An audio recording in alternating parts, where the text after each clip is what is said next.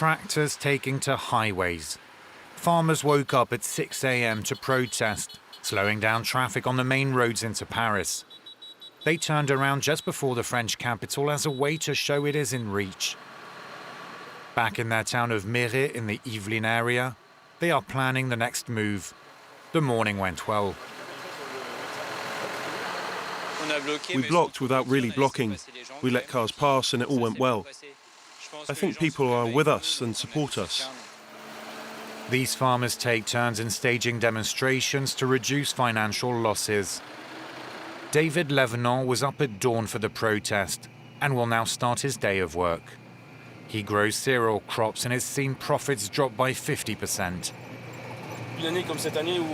This year, fertilizers are very expensive and prices are plummeting. I've earned around 1,000 euros a month. Some might say it's a lot compared to other workers, but it's not, given I work up to 70 hours a week. The farm has been in the family for 5 generations.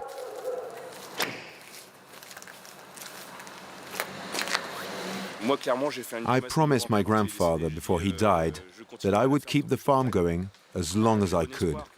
I really hope one of my children will take over, but I can't be sure with this situation. Food, electricity, petrol, everything is more expensive. David is struggling.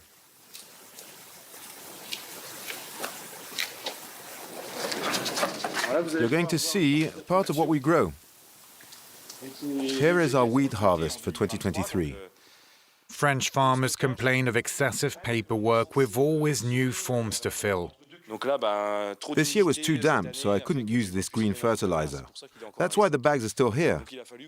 And I had to file forms to the administration to prove that the fields were too damp and the weather was not good to plant. We had to prove all of that. It's complete madness. It's absurd.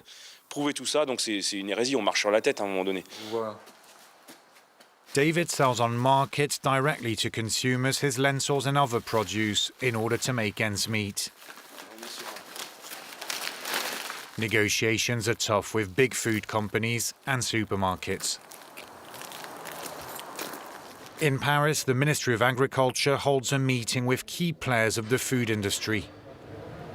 Dominique Chargé heads the organization representing cooperatives in France. That's some 300,000 farmers. A lot of supermarkets threaten to buy non-French produce coming from EU countries who don't respect French quality and standards. This means it will pile even more pressure on French food and agricultural suppliers.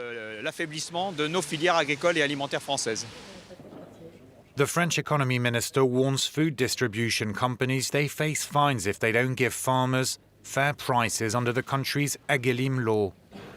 Authorities have noticed several violations. Dominique Chargé leaves the talks disappointed. Food distributors presented a situation that's clearly not what we see on the ground. They say negotiations are running smoothly, while we are told they are very tense and difficult. Anger is boiling throughout rural France. Farmers say their livelihoods are at stake. Some took their protest to Brussels, demanding changes in EU policies, seen as too bureaucratic and unfair. Sheep farmer Benoit spent the night on a bus. He comes from the Lot in southwestern France. I can't pay myself a salary. I live off state benefits, and I'm not proud of it. I work 70 to 80 hours a week. I'm ashamed. I'm lucky enough, or should I say I don't have the choice, but to live at my mum's. I work. This situation isn't normal. National Rally MPs and other far-right politicians also travelled to Brussels. They want to win over farmers with their clear anti-European message. A group of demonstrators tries to approach the EU Parliament. Police block them, but they get to exchange words with an MP of President Emmanuel Macron's Renew Party. There's no point in trying to find scapegoats. What we want is to find solutions. The farming world is getting stuffed constantly. We're sick of it. I want to dig a ditch, but I'm told don't do it or you'll get a fine. Let me tell you, it's better to rob a bank than to be a farmer. I agree with you. There are too many standards to obey. It's all too complicated. However, look at British farmers. They were told that with Brexit, they would get 100 times their money back from Europe's Common Agricultural Policy Fund. It was a lie, and now they're struggling. If we leave Europe, it's only going to be harder competition for us. We need Europe, but not this kind of Europe. We're sick of it. We need someone to defend us. Defend Europe, not the rest of the world. We're importing crap produce. Enough is enough. In France, Germany, Belgium and many other European countries, farmers are rising up. EU elections are coming up in June and populist parties are tipped to make considerable gains according to polls.